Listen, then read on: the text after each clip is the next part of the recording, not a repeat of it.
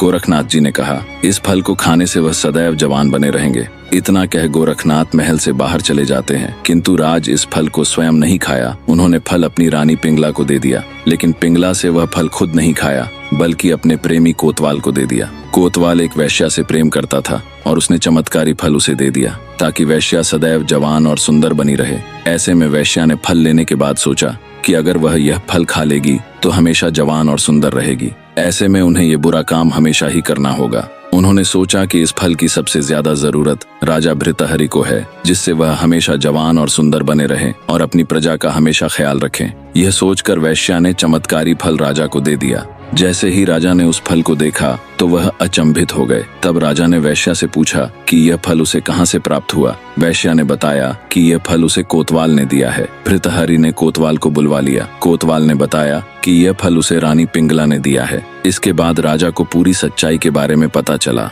वह समझ गए कि उनकी तीसरी पत्नी पिंगला उन्हें धोखा दे रही थी। पत्नी के इस धोखे से भृतहरि के मन में वैराग्य जाग गया और वे अपना संपूर्ण राज्य अपने छोटे भाई विक्रमादित्य को सौंपकर राज्य का त्याग कर साधु संतों का जीवन अपनाने के लिए निकल गए। भृतहरि जैसे महल से बाहर निकले, भृतहरि के सामने गुरु गोरखनाथ खड़े थे। भृतहरि ने उन्हें नमस्कार किया। वो कुछ कहते इससे पहले गोरखनाथ जी बोले, राजन, ये संसार एक मोह माया है। आपको इस जाल से निकलना आवश्यक था। अब चिंता छोड़ दीजिए और मेरे साथ चलिए। भृतहरि ने गोरखनाथ को अपना गुरु स्वीकार किया और साथ चल पड़े। नगर में बैठे भैरवनाथ गुरुजी का इंतजार कर रहे थे। कुछ समय में ही गोरखनाथ और भृतहरि पहुंचते हैं। सभी आपस में वार्तालाप कर रहे थे। भृतहरि बहुत परेशान दिख रहे थे। अभी भी उनके मन में वैराग्य की पीड़ा सता रही थी। गुरु गोरखनाथ सब समझ गए। उन्होंने भृतहरि की शंका दूर करने हेतु अपनी गुरु मत्स्येंद्रनाथ की जीवन लीला और उनके द्वारा दी हुई शिक्षा व नवनाथ की उत्पत्ति पूरी कथा सुनाते ही कहते हैं कि बहुत समय पहले, जब द्वापर युग का अंत नजदीक था,